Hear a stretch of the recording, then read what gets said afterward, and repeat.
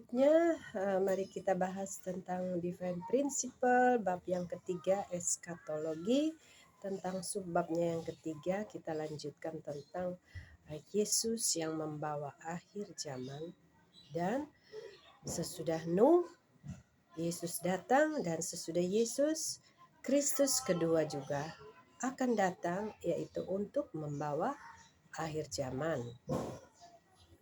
Pada zaman Nuh, akhir zaman ini dikatakan bahwa dunia akan berakhir, namun bumi tidak hancur, masih ada sampai sekarang ini. Ya, jadi bumi diciptakan sebagai pasangan objek Allah dan pasangan subjek yang abadi. Allah itu adalah pasangan subjek yang abadi dan bumi ini sebagai pasangan objeknya, berarti harus abadi juga. Jadi sama halnya bumi juga pasangan objek, tentu juga harus abadi.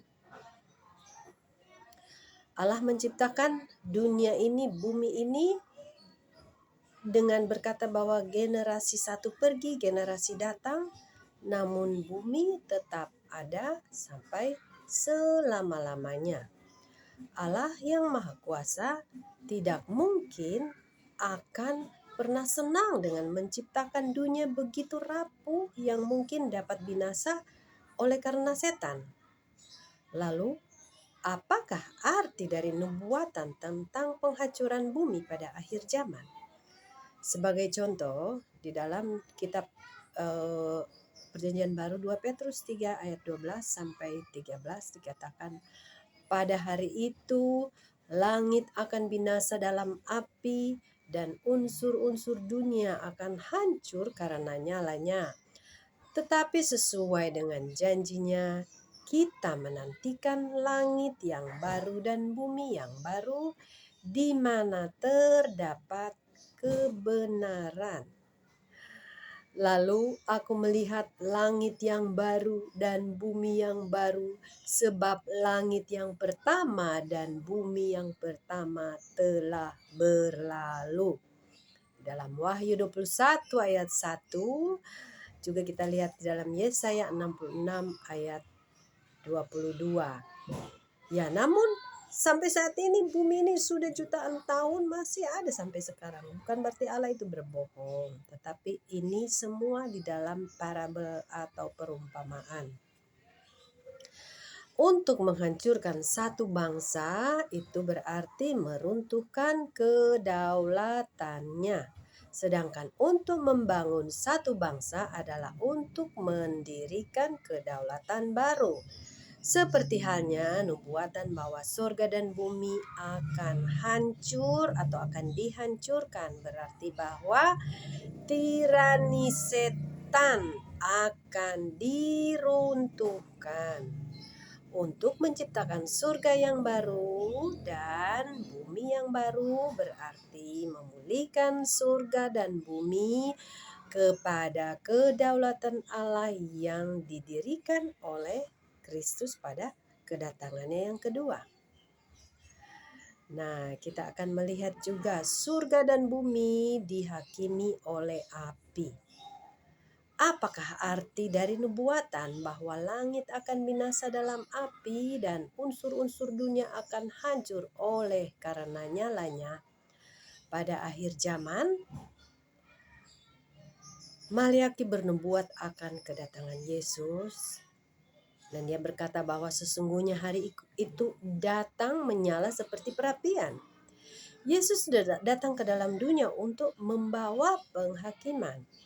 Seperti yang sudah dia katakan, aku datang ke dalam dunia untuk menghakimi. Yesus juga berkata, aku datang untuk melemparkan api ke bumi. Api di sini mewakili penghakiman yang dibawakan oleh Yesus ke dunia ini. Namun tidak ada catatan bahwa pada zamannya Yesus datang menghakimi dunia dengan api secara hurufiah. Bukankah firmanku seperti api? Demikianlah firman Tuhan. Oleh karena itu penghakiman oleh api mengandung arti penghakiman oleh firman Allah. Jadi kita baca juga kitab-kitab tadi tentang 2 Petrus 3 ayat 12 tentang akhir zaman itu, Maliaki 4 ayat 1, Yohanes 9 ayat 39, Yohanes 3 ayat 22, Lukas 12 ayat 49, Yeremia 23 ayat 29, Yohanes 12 ayat 48. Marilah kita melihat beberapa contoh Alkitabiah mengenai penghakiman oleh firman. Di dalam Yohanes 12 ayat 48. Barang siapa menolak aku dan tidak menerima perkataanku, ia sudah ada hakimnya, yaitu firman yang telah kukatakan. Itulah yang akan menjadi hakimnya pada akhir zaman. Kemudian ada juga ayat yang mengatakan, si pendurhaka baru akan menyatakan dirinya, tetapi Tuhan Yesus akan menghancurkan dia atau membunuhnya dengan napas mulutnya. Itu adalah firman-Nya yang akan membunuh si penjahat itu. Bukan dengan pedang besi, ya. Jadi itu secara hurufiah. Tambahan pula, dia akan menghajar bumi dengan perkataannya seperti dengan tongkat. Dan dengan nafas mulutnya ia akan membunuh orang fasik. Barang siapa mendengar perkataanku dan percaya kepada Dia yang mengutus aku, ia mempunyai hidup yang kekal dan tidak turut dihukum, sebab ia sudah pindah dari dalam maut ke dalam hidup. Itu dimaksudkan selanjutnya bahwa penghakiman oleh api yang dibawakan oleh Yesus adalah penghakiman oleh firman. Apakah alasan bahwa Yesus menghakimi dengan firman? Manusia diciptakan oleh firman. Gagasan penciptaan Allah adalah bahwa nenek moyang pertama manusia memenuhi ciptaan, memenuhi tujuannya, yaitu dari firman dengan menjadi perwujudan firman itu juga.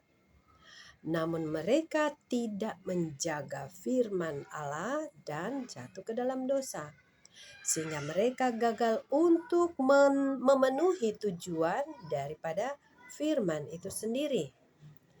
Jadi sejak saat itu Allah telah mencoba untuk memenuhi tujuan daripada firman tersebut dengan menciptakan kembali manusia berdosa melalui juga firman. Seperti yang ditunjukkan dalam kitab suci ada tertulis, firman itu telah menjadi manusia dan diam di antara kita, dan kita telah melihat kemuliaannya, yaitu kemuliaan yang diberikan kepadanya sebagai anak tunggal Bapa. Nanti kita lihat ayatnya. Yesus sepenuhnya mewujudkan firman.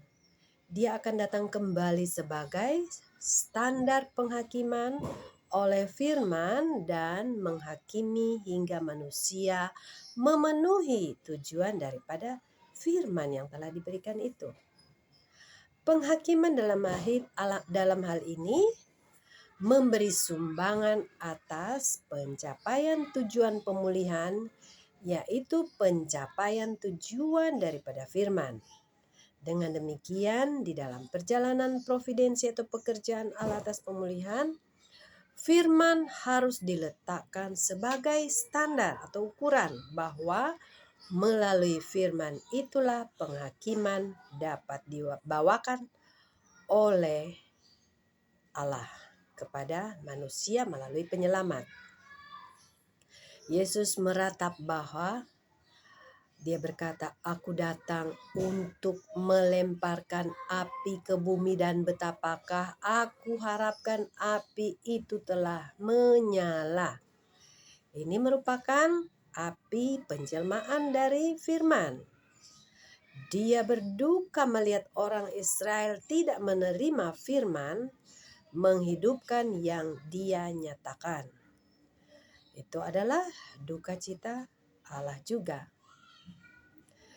Ya, nanti kita baca juga kitab-kitab di dalam Tesalonika, 2 Tesalonika 2 ayat 8, Yohanes 1 ayat 3, Yohanes 1 ayat 14, Yesaya 11 ayat 9, Yohanes 1 ayat 14, Yohanes 3 ayat 24, Yohanes 5 ayat 24, Lukas 12 ayat 49.